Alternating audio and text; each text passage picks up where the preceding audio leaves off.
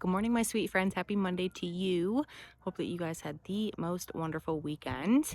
I was chatting with one of you about a concept that I could not get my mind off of all weekend, and that is, who are we outside of our chronic illnesses?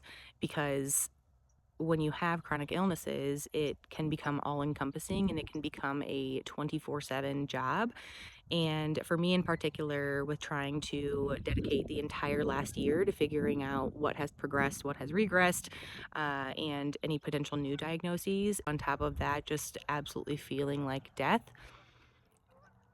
I lost a lot of who I was or who I want to be during that time period. And so I spent some time over this weekend just thinking about what are some ways that I can kind of revigorate my relationship with myself and my understanding of who I am. And I think that is by making sure to bring as much joy into my life as possible.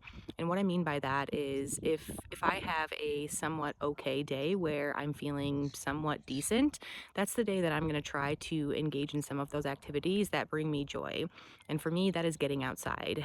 I know that I am in a deep place when I haven't been outside in a couple of days. And so, even if that is a micro dose of me sitting outside for 5 minutes while I enjoy my coffee instead of rushing straight back to bed, I'm going to do that. I also really love to cook, as you guys know, and so you guys can always tell when I'm feeling a little bit better because I'm definitely spending time in the kitchen.